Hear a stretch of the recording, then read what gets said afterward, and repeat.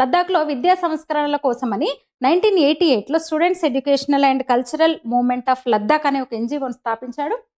అదే కాకుండా Himalayan institute of alternatives Ladakh HIAL మరో ఎన్జిఓను కూడా స్థాపించాడు ఆయన. వాటికి విదేశాల నుంచి నిధులు వస్తున్నాయి. ఫోర్డ్ ఫౌండేషన్, డెన్మార్క్కు చెందిన డాన్ చర్చైడ్, బ్రిటన్కు చెందిన కరుణ ట్రస్ట్, స్వీడన్కు చెందిన ఎఫ్ జోర్డెన్, ఇవన్నీ కూడా ఈ సోనం వాంగ్చుక్ ఎన్జిఓలకు విరివిగా విరాళాలు ఇస్తున్నాయి అనమాట. తను చెప్తాడు, నాకు ఏ రాజకీయ పార్టీతో కూడా సంబంధం లేదు, నేను న్యూట్రల్ని, నేను తటస్థుని అని చెప్పుకుంటాడు కదా.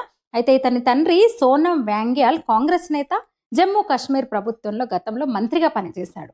వాంగ్చుక్ కూడా యూపీఏ హయాంలో సోనియా సూపర్ పిఎంగా ఉండి నడిపించిన యూపీఏ ప్రభుత్వంలో అంటే 2004-14 మధ్య చాలా పదవుల్లో పనిచేశాడు ఆయన. చాలా పదవులు చేపట్టారు. 2004లో కేంద్రం ఏర్పాటు చేసిన Ladakh hill council vision document drafting కమిటీలో సభ్యుడు అతను.